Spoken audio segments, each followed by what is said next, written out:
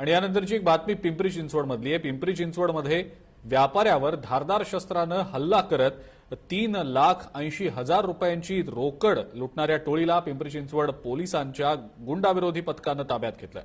मात्र चिंचवड गावातल्या ज्या केशवनगर भागात या आरोपींनी ज्या व्यापाऱ्यावर हल्ला केला त्याच ठिकाणी पोलिसांनी या आरोपींची धिंड काढत या परिसरात आरोपींनी निर्माण केलेली दहशत मोडीस काढलेली आहे।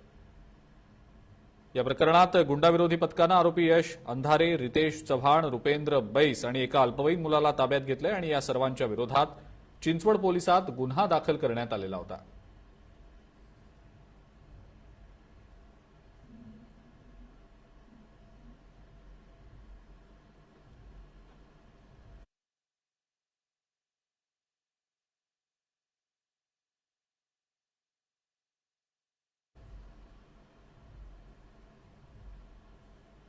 आणि यासोबतच बुलेटिनमध्ये आता वेळ झाली आहे इथंच थांबण्याची। पुन्हा आपण थोड्याच वेळात भेटणार आहोत नव्या बातम्या आणि अपडेट्ससह। पाहत रहा लोकशाही मराठी।